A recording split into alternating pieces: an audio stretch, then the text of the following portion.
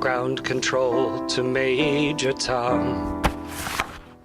We are here at the Manned Vehicle Laboratory in the Aeronautics Department of MIT, where scientists find ways to help astronauts live and work in space. For most people, being an astronaut or engineer is just a dream they had when they were a kid. For Gabe, it's a possible career. Space was always like cool, but I never really thought about it as really interesting. And then I guess I sort of started liking it more when I started getting learning about and hearing about more quantum mechanics and Einstein's theory of relativity and stuff like that. Years ago, we did this project on black holes, and that was the time when I really kind of got to show my interest in that. Since then, I've kind of had more increasing interest in space and that kind of stuff. All my favorite movies, books, video games, stuff like that have something to do with space or relativity or something like that, like Interstellar. That's my favorite movie. It's really good. It's with Matthew McConaughey. It's about them traveling through wormholes to another galaxy. The book The Martian. It's about this guy who gets trapped on Mars. There's a massive sandstorm that he's left behind. He has to figure out how to survive on Mars. Well, I've been looking into internships or sort of followings at certain places, even MIT or NASA or just any of those places that would have something that interests me. My name's Andy Liu. I'm a research scientist in the MIT Manned Vehicle Laboratory. I've been at MIT for about 16 years.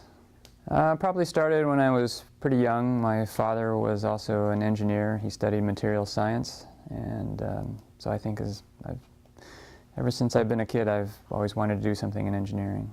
I've always had an interest in human beings and understanding how they work. Mechanical things, airplanes, cars, spaceships, so all that's come together in the kinds of research that I do. I think both would be fine for me. It'd be really cool. But being an engineer seems more realistic because being an astronaut's really a tedious process, and not many people get in. And to be the pilot of it, you need to have been in the Air Force first. You need to have flown planes, and also you need to have 20/20 vision and not be colorblind, which I am.